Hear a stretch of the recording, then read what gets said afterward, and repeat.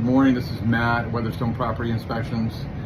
Out on nice little lake, inspecting a $1.2 million house. We found chickens and ducks and all sorts of interesting things today. One of the more interesting things was a smoke detector in the basement. I'm going to show you a lot of homeowner type stuff in this home. I'm going to swing my camera around. You can see up here, yes, at the plastic bag around the smoke detector to guarantee it won't go off and irritate you. Works every time. We do not recommend this.